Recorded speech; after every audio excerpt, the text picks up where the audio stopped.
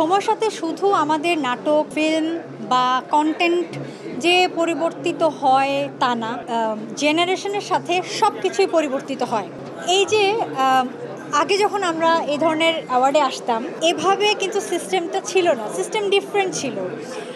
এটা পরিবর্তন হয়েছে, এখানে কত মোবাইল আছে, ছোট ক্যামেরা আছে, এগুলো তো আগে ছিল না। সুতরাং যুগের সাথে সাথে টেকনোলজি চেঞ্জ হয়, মানুষের ডিমান্ড চেঞ্জ হয়, পছন্দ চেঞ্জ হয়, এগুলো আমি খুব পজিটিভলি নেই, কিন্তু আমার মনে এগুলো ঠিক আছে।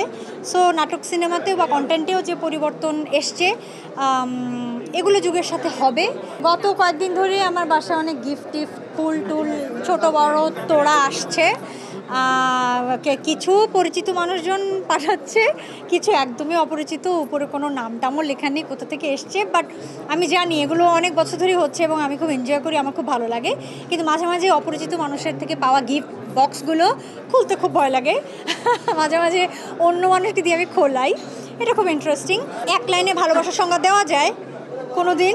দেখো, আমার যা বয়স তাতে তো আমি অনেক অভিজ্ঞতা নিয়ে আজকে এখানে দাঁড়ানো না, তো সে কারণে আমার সংজ্ঞাটা একটু হয়তো বড় হয়।